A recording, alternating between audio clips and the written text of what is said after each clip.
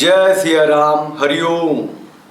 2 साल पुरानी बात लेकर के आया हूँ, याद दिलाने नहीं आया हूँ, अवेयर करने आया हूँ, जागरूक करने आया हूँ। ये जो मोदी एंड कंपनी की धूर्त मक्कार जो सरकार बैठी हुई है, वो हिंदू संतों के साथ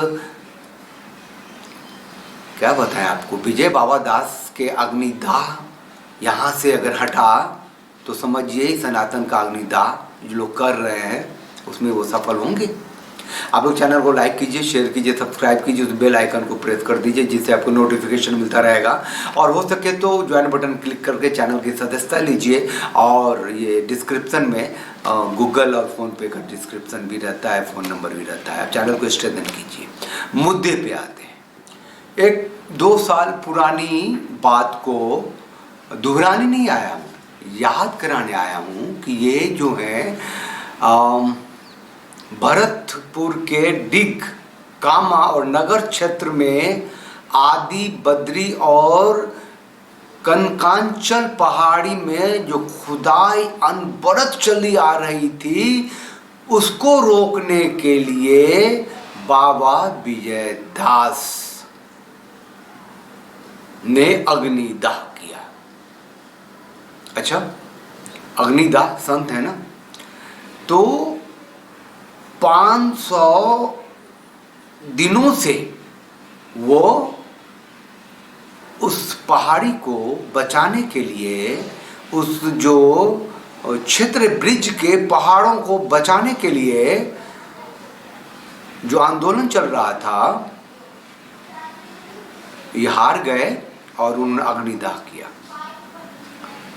20 जुलाई 2022 को उन्होंने शरीर त्याग दिया यहाँ के दिल्ली के सफदरजंग हॉस्पिटल में। अपने तीर्थ क्षेत्र को बचाने के लिए बाबा विजय दास ने स्वयं को अग्नि के समर्पित कर दिया। ठीक, अब जब देखने की बात ये है कि ये उनकी मांग क्या थी कि इन क्षेत्रों को संरक्षित वन क्षेत्र घोषित करो, ये मांग थी उनकी।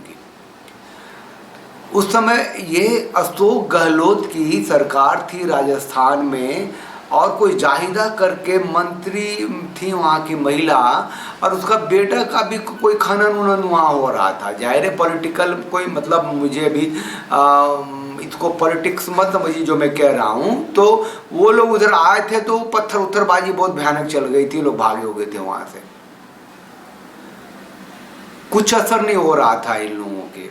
जब बाबा ने अपने अनशन स्थल पे पुलिस के सामने अग्निदाह कर लिया तो पुलिस लोग भागे, उनको बचाया, 80% जल गए, हॉस्पिटल पहुंचाया जहां वो उन्होंने अपने प्राण त्याग दिए। अब हंगामा हो गया। ये जो धूर्तराज मक्कार और मोदी एंड कंपनी का जो चीफ था, आजकल मंत्री बना पड़ा है नड्डा ने टीम बनाई, जाओ देखो क्या हो रहा है, रिपोर्ट दो। वो टीम आई, देखी, पूरा हर जगह से टीम आई, देखी। अबे तो उस समय के जितने बाइट बूट हैं आप सब देखते चलिए, मैं आपको दिखाता चलता हूं। और इन लोगों ने फिर उसको चुनावी मुद्दा बनाया, जीते भी। आज भारतीय जनता पार्टी की सरकार है राजस्थान में।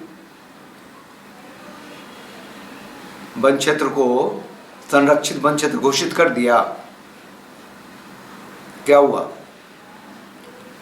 ये जो बाबा विजय दास ने अग्नि स्नान किया था,